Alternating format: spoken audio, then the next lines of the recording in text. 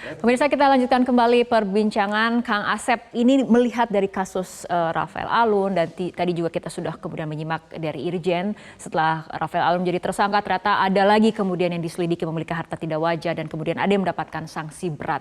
Tadi Kang Asep juga sempat mengatakan lebih baik Rafael Alun ini kemudian berbicara jujur dan bahkan mengajukan sebagai status justice collaborator. Kenapa nih Kang? Ya, yang pertama jangan wah ye, istilah Jarsolong wah nanti ye, gitu dikecewakan penonton. Saya berharap kan kasusnya tadi kata Mbak Bunyamin, ini bukan oknum kalau menurut saya ya. Itu kan dari kasus Gayus dan beberapa oknum udah kena. Dikaitkan dengan pernyataan Pak Mahfud kan, 349M yang dilakukan oleh Pak Ibu Menteri, 346 kan, triliun loh bukan miliar lagi.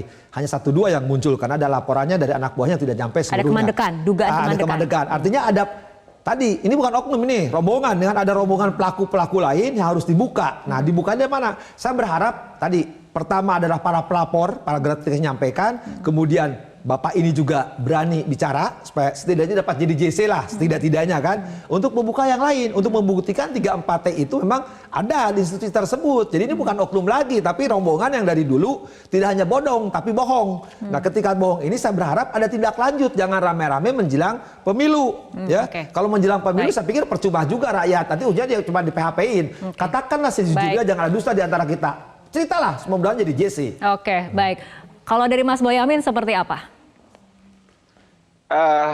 Saya bicara dari sisi aturan dulu. Di negara kita itu ada Undang-Undang Nomor 9 Tahun 2017 tentang analisa informasi terhadap keuangan kaitannya dengan pajak. Dan ada beberapa orang yang diintip itu.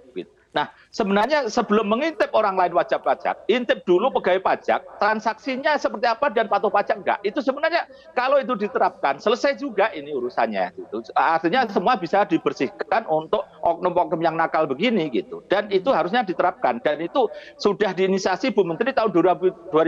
Tapi ternyata seperti tidak pernah dilakukan atau bahkan dilupakan. Jadi kewajiban negara untuk hadir, melayani negara, tata kelola yang baik, tidak pecah amanah, tidak rasuah, tidak korupsi. Ini hanya slogan.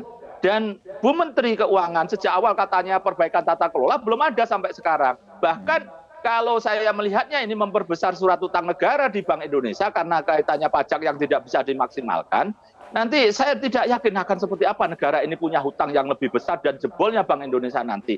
Jadi mumpung ada kasus ini, perbaikilah tata kelola yang baik. Dan betul-betul diintip semua itu pegawai pajak transaksi keuangannya. Karena tadi ada oknum yang diduga punya rekening gendut dan juga punya permasalahan-permasalahan di masa lalu malah sekarang menjabat. Jadi ini belum diterapkan yang itu. Jadi saya ingin konsisten bahwa Menteri Keuangan menerapkan semuanya ke dalam dulu. Baik. Bersihkan semuanya dan jadikan toladan semuanya. Yang diduga bermasalah bersihkan semua dan intip semua transaksi keuangannya sampai sedetail-detailnya. Perintahkan Irjen itu. Masih. Baik, Mas Boyamin.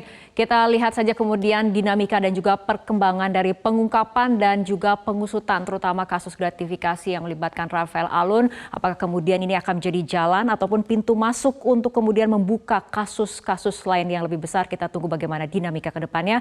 Terima kasih Mas Boyamin dan juga Kang Asep yang sudah hadir di studio telah berbincang bersama kami malam hari ini dalam Special Report. Dan pemirsa, mewakili kerabat kerja yang bertugas, saya Fitri Megantara mengucapkan terima kasih atas perhatian Anda. Selamat malam, sampai jumpa.